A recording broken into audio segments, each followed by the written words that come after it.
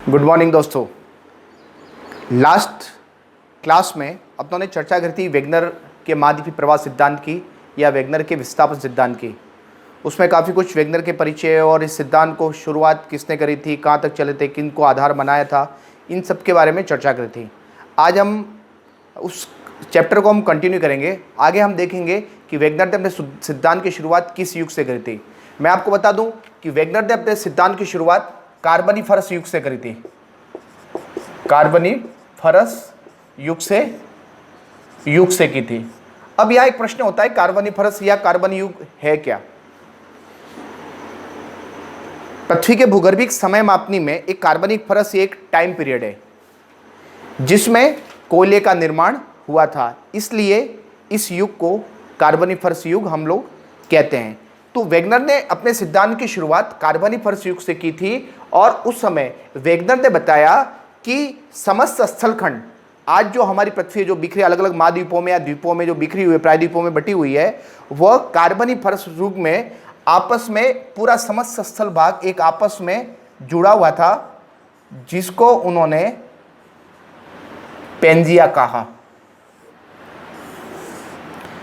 और इस पेंजिया के चारों तरफ विशाल मात्रा में एक जल राशि थी, सागर था, जिसको वेगनर ने पैंथालसा कहा। यह आपका पेंजिया और ये जो सागर है जिसको इन्होंने पैंथालसा कहा।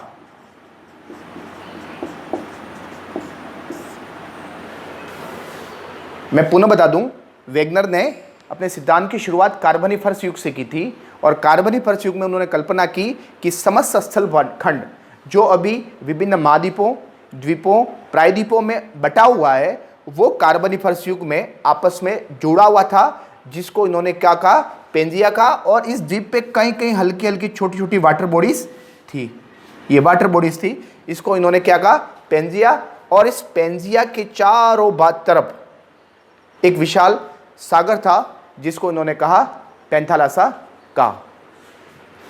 वेगनर ने बताया कि कार्बोनिफरस युग के अंत में इस पेंजिया का विभाजन हो गया। ये पेंजिया दो भागों में बट गया। मैं यहां फिर से एक डायग्राम बनाता हूं। ये पेंजिया जो था दो भागों में बट गया। कब बटा? कार्बोनिफरस के अंत में। उत्तरी भाग को इन्होंने लॉरेशिया या यूरेशिया तथा दक्षिणी भाग को उन्होंने कहा गोंडवाना लैंड।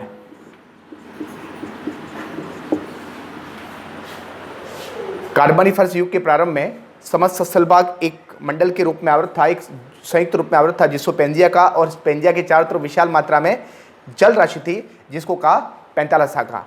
वेगनर ने फिर बताया कार्बोनिफरस युग के अंत में पेंजिया दो भागों में बट गया।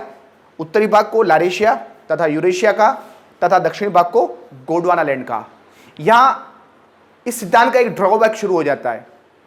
वेगनर ने कहा कि पेंजिया का विभाजन हो गया, परंतु उन्होंने पेंजिया के विभाजन के लिए एक कारण बताया।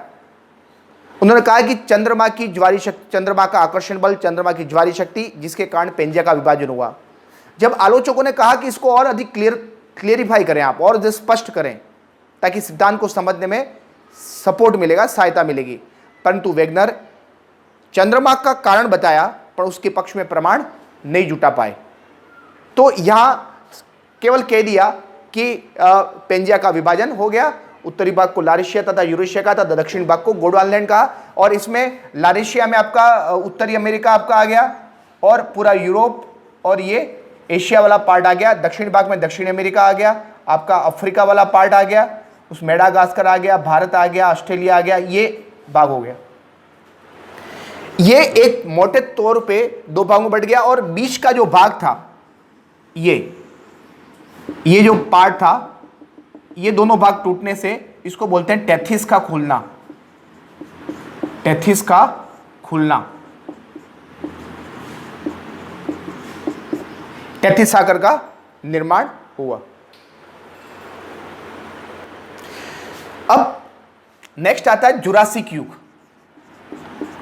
जुरासिक युग बहुत इजी है और हमेशा ये जुरासिक युग के बारे में हमेशा कंपटीशन एग्जाम में पूछा जाता है, जुरासिक युग क्यों। तो आपको बता दें कि ये भूगर्भिक समय मापने का वह समय है जिसमें विशाल काया वाले जीव जंतुओं का विकास हुआ था, जिसमें जुरासिक पार्क एक पिक्चर आई थी ना, तो ये जुरासिक पार्क की पिक्चर आई थी, उसके नाम से इसका ये नामकरण हुआ। डायनासोर जो है, ऐसे विशाल काय वाले जीव जो डायनासोर, इसी जुरासिक समय में ही उनका विकास हुआ था। तो जुरासिक युग में वेगनर ने बताया कि ये आपका जो पेंजिया था, जो गोंडवानालैंड पार्ट था, गोंडवानालैंड वापिस अलग अलग भागों में बंट गया, वो दोनों भागों में बंट गया।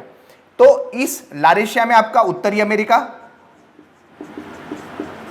यूरोप, एशिया तथा इस पार्ट में आपका गोंडवानालैंड में दक्षिण अमेरिका,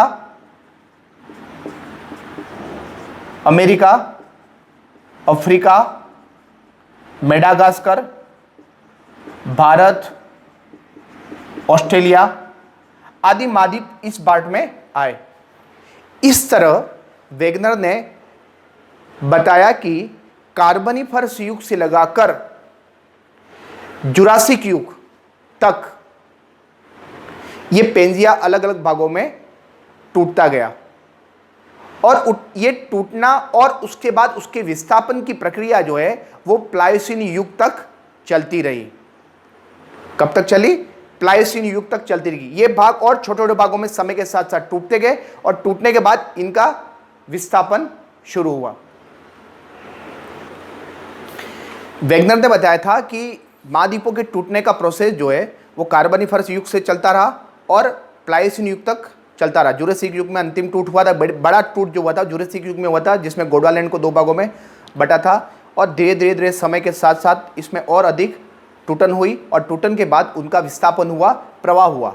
वेगनर के अनुसार ये प्रवाह दो दिशा में हुआ, विशेष रूप से दो दिशाओं में हुआ, जिसमें पहला है उत्तर या भूमध्य रेखी प्रवाह। उस समय हमारे ग्लोब पे भूमध्य जो रेखा है वो उत्तर की तरफ थी, उत्तरी ध्रुव की तरफ थी, तो उत्तर या भूमध्य रेखी प्रवाह। और उसका प्रवाह का मुख्य कारण उन्होंने बताया वेगनर ने गुरुत्वाकर्षण तथा प्लवनशील बल। इसका मतलब हमने पहले से बता रखा है कि सियाल सीमा पर तैर रहा है, तो उस हिसाब से हम लोग जब कोई तरल ठोस वस्तु अगर तरल भाग पे तैरती है तो प्लवनशील बल का यूज करते हैं। तो इसमें मैं इसको ज़्यादा डीपली नहीं जाऊँगा, परंतु यहाँ उन्होंने आपको इतना ही ध्यान रखना है कि वेगनर के अनुसार महाद्वीपों को जो प्रवाह हुआ तो उत्तर की ओर प्रवाह हुआ, उत्तर या भूमध्य रेखा की प्रवाह हुआ, तो उसके पीछे जो कारण था वो था गुरुत्वाकर्षण तथा प्लवनशील बल। उसका दूसरा जो दिशा थी वो पश्चिम की ओर प्रवाह थी। तो वेगनर ने बताया कि पश्चिम की ओर प्रवाह के पीछे का मुख्य कारण था सूर्य तथा चंद्रमा का ज्वारीय बल। इन्होंने यहां एक बात और देखने की है कि इन्होंने जिन बलों का उल्लेख किया प्रवाह के लिए, उस बलों के बारे में विस्तृत व्याख्या वेगनर ने कहीं पर भी प्रस्तुत नहीं की। यह भी सिद्धांत के एक दोष में गिना जाता है। इस तरह समय के साथ साथ ये स्थलभाग टूटते गए और ये स्थलभाग टूटते गए और टूटने के बाद ये अलग अलग दिशाओं में इनका विस्थापन चलता रहा और आज भी इनका विस्थापन, इनका मूवमेंट चलता है और ये एक जगह से दूसरे स्थान पर मूव करते हैं। भौगोलिक और वैज्ञानिक प्रमाण इस बात की पुष्टि करते हैं। अब हम बात करते हैं इस सिद्धांत के पक्ष में प्रमाण और इस सिद्धांत के आलोचनाएं।